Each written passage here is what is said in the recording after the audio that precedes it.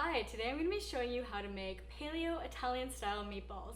Now, most meatball recipes tend to have some breadcrumbs in it, maybe even a little bit of bread, making them not gluten-free and definitely not paleo. So today I'm going to show you how to make a super fluffy version without any of the grains and gluten. And we're going to start with making what I call our meatball sauce. And I have 2 tablespoons of tomato paste here, and we're going to add 1 tablespoon of garlic powder. I've got 1 tablespoon of onion powder. We have a teaspoon of sea salt, and I'm going to go ahead and use a fork just to combine this a little bit, not too much just yet, but just enough to get the powder mixed in there. And then we're going to add a 1/4 cup of fresh oregano, and I always like to use fresh herbs whenever possible. And I've got a 1/4 cup of fresh basil as well. We'll just go ahead and use our fork, blend this together a little bit. And now the secret ingredient that is going to keep our meatballs super fluffy is I have 1 egg here that I've gone ahead and beaten ahead of time, and we're going to go ahead and mix that into our tomato herby sauce here.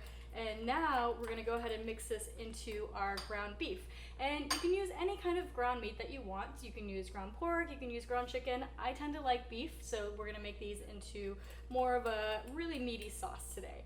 And so I'm going to go ahead and combine our herby egg mixture. And at this point you can either use a fork to kind of blend it in, but to be honest, I really find that using your hands works the best just to really knead the herbs and the egg mixture and the tomato into the meat. So I'm going to go ahead and get this combined and knead this in here, and then we're going to start forming our meatballs. Now, to form the meatballs, you can either use a meatball former if you really want to get them perfect, but what I like to do is divide my meat mixture in half, and then I divide it in half again, and divide it in half again, and that starts to give you very even meatball sizes. So with that proportion, we're going to get about 8 meatballs, and I'm going to just go ahead and form them with my hand.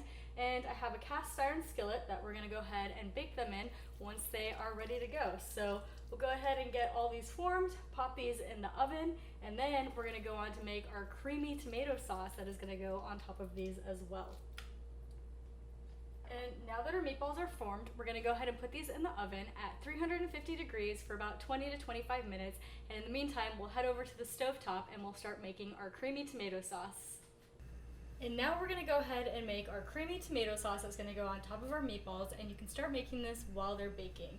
So I have 1 jar of crushed tomatoes, and this is about 18 ounces of tomato, and we're going to go ahead and add in 1 cup of full fat coconut milk, and we'll go ahead and just give that a quick stir to get that combined to get started. And this is what's going to be our cream, so this is 100% dairy-free cream sauce. And now we're going to go ahead and add in our seasoning. So we have 1 teaspoon of garlic powder, we have 1 teaspoon of onion powder, we have 1 teaspoon of fresh oregano, and we have 1 teaspoon of fresh basil, and 1 teaspoon of sea salt. So that's all that's going to go in this, and we're just going to go ahead and stir that, make sure it's fully combined in here, and we're just going to let this sauce simmer for a bit, really let the tomatoes melt in with the coconut milk and get nice and creamy, and let those herbs make this super flavorful. So you'll let it simmer for about 10-15 minutes, and then we will come back and we will blend this with an immersion blender to get it super creamy before we put it back on our meatballs.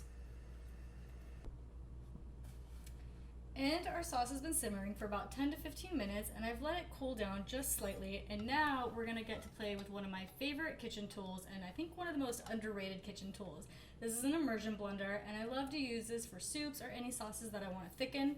And so you'll go ahead and put the blender on the end. Just make sure your soup is cooled or your sauce is cooled enough so that you don't splatter yourself and burn yourself, and we're going to dive in and thicken our sauce.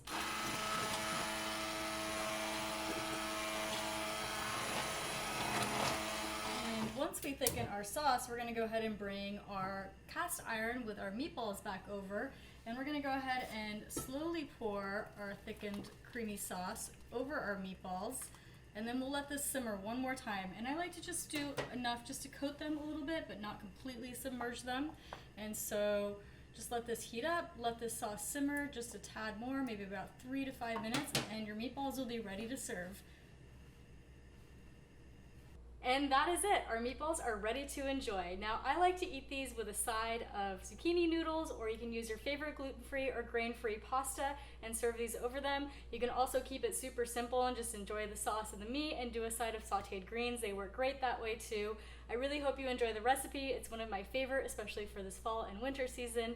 And you can get this recipe on my website, thetrailtohealth.com, and you can find more healthy and delicious recipes in my cookbook, Wandering Palate, which is available on my website and Amazon as well.